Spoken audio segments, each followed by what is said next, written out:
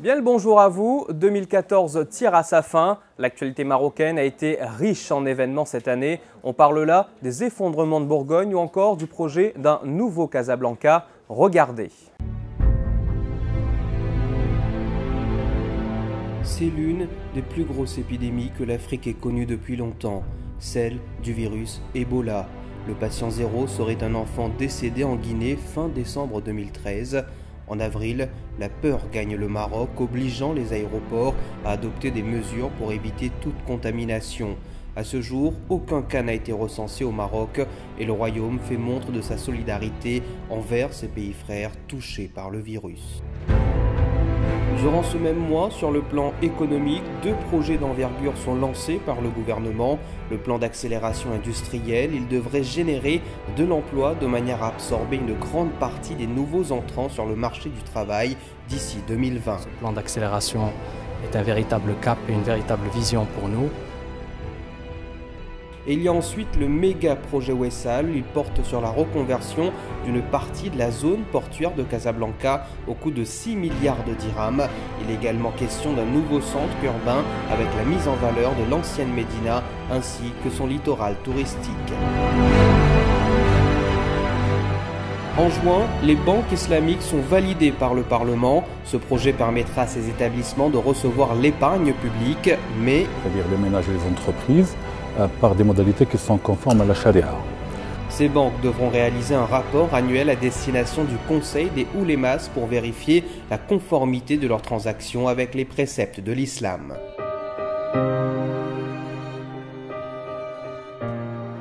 Nous sommes maintenant le vendredi 11 juillet. C'est un événement qui marquera à jamais les Marocains. L'effondrement de 3 immeubles dans le quartier Bourgogne de Casablanca. 23 personnes y ont laissé la vie, dont la jeune actrice Amal Marouf, décédée après être restée coincée sous les décombres. Qui sont les coupables? 10 personnes sont poursuivies dans cette affaire.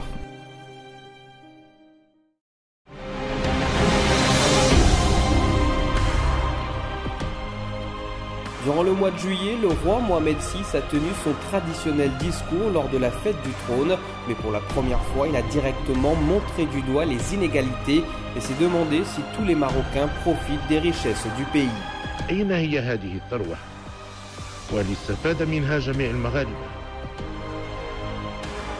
Pour ses 15 ans de règne, justement, il y a ce livre, Mohamed VI, 15 ans de règne, publié par les Inspirations Écho.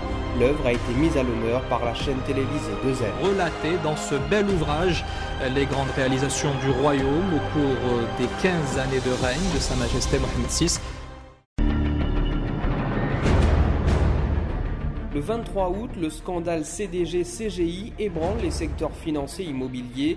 Peu de temps après, Anna Salami, directeur général de la CDG, est arrêté suite à de nombreuses défaillances dans la réalisation de son projet Madinat Badès près d'Al Hoceïma.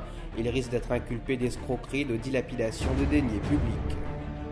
Le 1er septembre, l'OHCP lance l'exercice du recensement général de la population et de l'habitat.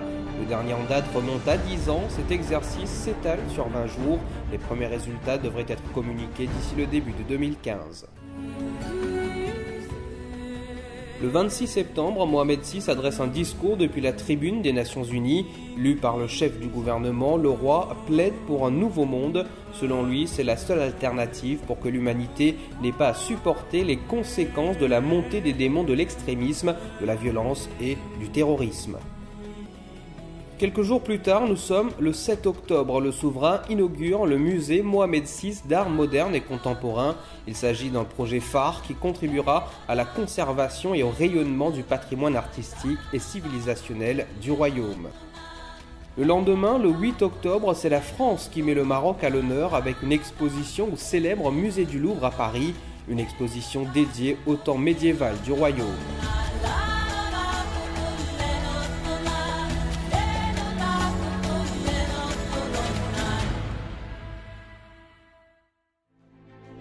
Le 25 octobre, le Maroc conforte sa sécurité via un nouveau dispositif nommé Hadar. L'objectif est de lutter contre les différentes menaces qui guettent le royaume et renforcer la protection des citoyens et des visiteurs étrangers. Le Maroc avait déjà annoncé en juillet un renforcement des mesures de sécurité. L'Intérieur avait alors indiqué que des actions ont été entreprises pour assurer la sécurité des citoyens et de leurs biens. Durant les 2 derniers mois de l'année, la politique et le cinéma sont en deuil. Le dimanche 9 novembre, le député USFP Ahmed Zaidi trouve la mort dans un accident après que sa voiture fut submergée par les eaux de l'Oued Sherat à Bouznika. 28 jours plus tard, un autre politicien trouve la mort presque au même endroit. Le ministre d'État Abdullah Baha a trouvé la mort hier soir dans un accident de train. Nul ne sait ce qu'il faisait à cet endroit. Après enquête, le parquet conclut un accident ferroviaire. Lui, il avait 60 ans. Mohamed Bastaoui, acteur et comédien marocain, est décédé à l'hôpital militaire de Rabat après une longue maladie. Il était considéré comme la star de la télé marocaine lors de la dernière décennie.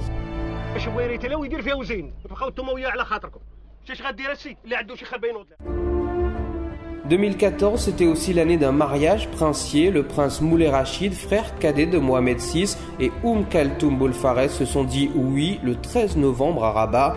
Les célébrations ont duré pendant 3 jours dans la capitale. Le mois de novembre fut également marqué sur le plan économique avec la tenue du 5e sommet global de l'entrepreneuriat. Ce conclave mondial s'est tenu pour la première fois dans un pays africain avec la participation de Joe Biden, le vice-président des États-Unis d'Amérique.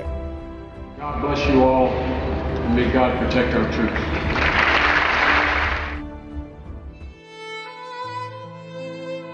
Mais ce qui va le plus marquer le Maroc en cette période de fin d'année, c'est l'épisode dramatique des intempéries où 32 personnes ont trouvé la mort après avoir été emportées par les Oued dans le sud. Le mauvais temps et les opérations de secours se sont poursuivies durant plus d'une semaine. Personne n'oubliera.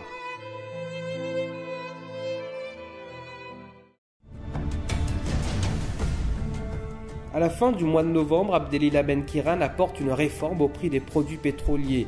Fini les subventions, la libération totale des prix du gasoil, de l'essence et du fioul interviendra le 1er décembre 2015. En attendant, il y aura une homologation des prix entre le gouvernement et les distributeurs. Le 10 décembre, le Maroc est en pleine consolation de la CAN avec l'organisation de la Coupe du Monde des clubs. Mais cette consolation n'aura pas duré bien longtemps. Durant les quarts de finale, les organisateurs subissent les critiques de plusieurs commentateurs sportifs. Le stade de Rabat est qualifié de piscine.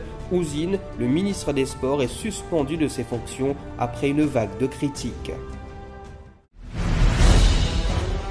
Durant le dernier mois de 2014, le Maroc annonce 2 grands projets d'envergure. Le premier est une course contre la montre pour assurer les besoins du pays en électricité. Il s'agit d'un projet de développement du gaz naturel liquéfié, GNL, d'un montant de plusieurs milliards de dollars afin de renforcer son mix énergétique aux côtés des énergies renouvelables.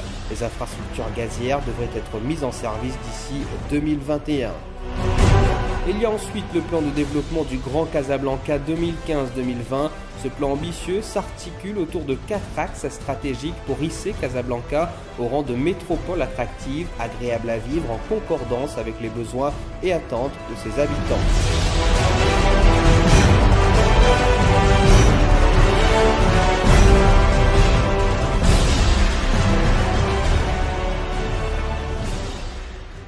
Voilà, c'est un Maroc bien mouvementé que nous avons connu durant cette année. 2015 promet également d'être riche en événements. En attendant notre prochain rendez-vous, la rédaction des Inspirations Éco se joint à moi pour vous souhaiter une très bonne année 2015.